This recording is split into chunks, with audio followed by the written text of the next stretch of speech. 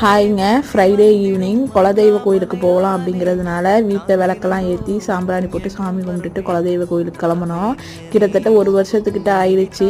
நேற்று தான் வந்து சாம்பிராணி போட்டு விளக்கேற்றி சாமி கும்பிட்டோம். எங்கள் பெரிய மாமனார் இறந்தாரு அப்படிங்கிறதுனால 1 வருஷமாக வீட்டில் வந்து சாம்பிராணி போடக்கூடாது அப்படின்னு சொல்லியிருந்தாங்க. குலதெய்வ கோயிலுக்குமே 1 வருஷம் ஆகிட்டு போய் தவசம் முடிஞ்சதுக்கப்புறம் அந்த 1 இயர் ஆனதுக்கப்புறம் தான் வந்து குலதெய்வ கோயிலுக்குமே போகணும். மற்ற கோயிலுக்கு கூட போகலாம், குலதெய்வ கோயிலுக்கு போகக்கூடாது அப்படின்னு சொல்லுவாங்க.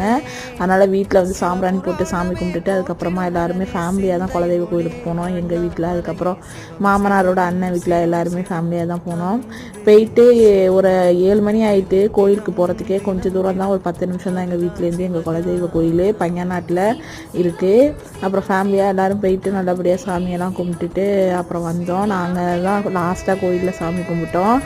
அதுக்கப்புறம் சாமி கும்பிட்டு வீட்டுக்கு வந்துட்டு மாவு இல்லை, அதனால் கிச்சடி செஞ்சு நைட் சாப்பாடு முடிச்சாச்சு.